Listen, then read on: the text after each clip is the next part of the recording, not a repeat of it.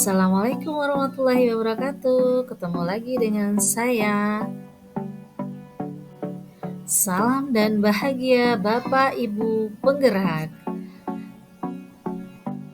Perkenalkan, nama saya Elnita Marta, Sarjana Pendidikan, calon guru penggerak Angkatan 11 Kabupaten Muara Enim. Hari ini saya akan menyimpulkan dan merefleksikan pemikiran Ki Hajar Dewantara. Pendidikan dan pengajaran tidaklah sama. Pengajaran adalah bagian dari pendidikan. Pengajaran menurut KHD adalah proses pendidikan dalam memberi ilmu dan untuk kecakapan hidup anak secara lahir dan batin. Pendidikan pada hakikatnya adalah menuntun, memberi tuntunan terhadap segala kekuatan kodrat yang dimiliki anak agar ia mencapai keselamatan dan kebahagiaan setinggi-tingginya, baik sebagai manusia maupun sebagai anggota masyarakat. Pendidikan itu menciptakan ruang bagi murid untuk bertumbuh secara utuh agar mampu memuliakan dirinya dan orang lain serta menjadi mandiri. Filosofi pemikiran Ki Hajar Dewantara itu terdiri dari 3, yaitu 1. Pendidikan yang menuntun. Maksudnya di sini adalah menuntun segala kodrat yang ada pada anak-anak agar mereka dapat mencapai keselamatan dan kebahagiaan yang setinggi-tingginya, baik sebagai manusia maupun sebagai anggota masyarakat. Dalam proses menuntun, anak diberi kebebasan, namun pendidik harus bisa menjadi pamong dalam memberi tuntunan dan arahan agar anak tidak kehilangan arah dan membahayakan dirinya.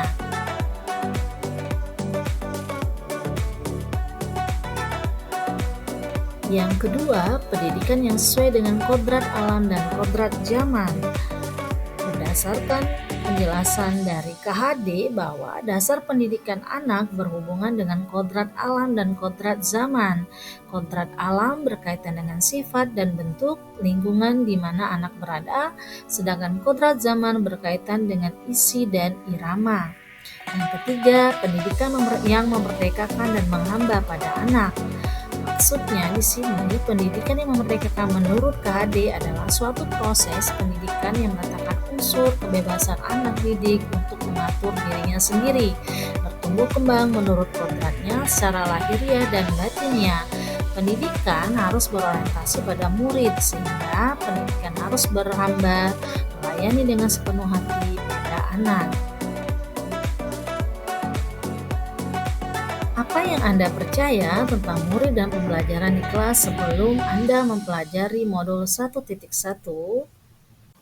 Sebelum mempelajari modul 1.1, pembelajaran yang saya lakukan itu hanya mentransfer materi pelajaran. Ketuntasan dalam menyampaikan materi itu lebih penting daripada memahami karakteristik murid, hanya melihat nilai dari aspek kognitif saja. Sebelum mempelajari modul 1.1, pembelajaran yang saya lakukan itu jika nilai murid sudah mencapai KKM, itu dianggap pembelajaran itu sudah berhasil.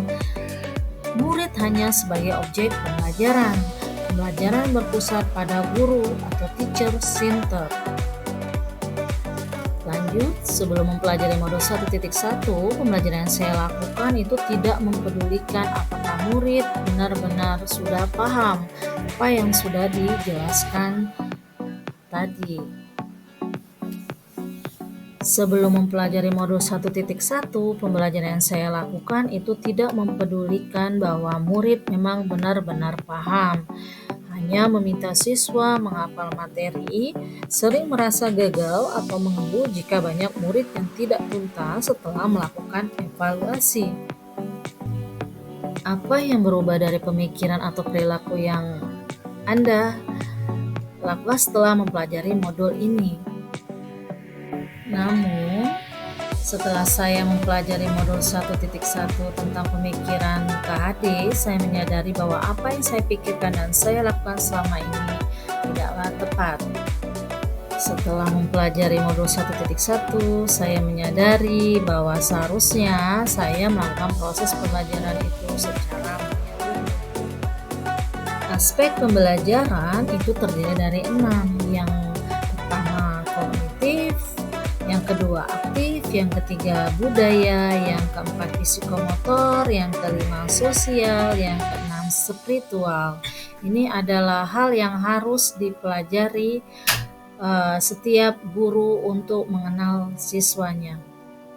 Setelah mempelajari modul 1.1, saya menyadari seharusnya saya melakukan proses pembelajaran secara menyeluruh. Murid sebagai subjek pembelajaran.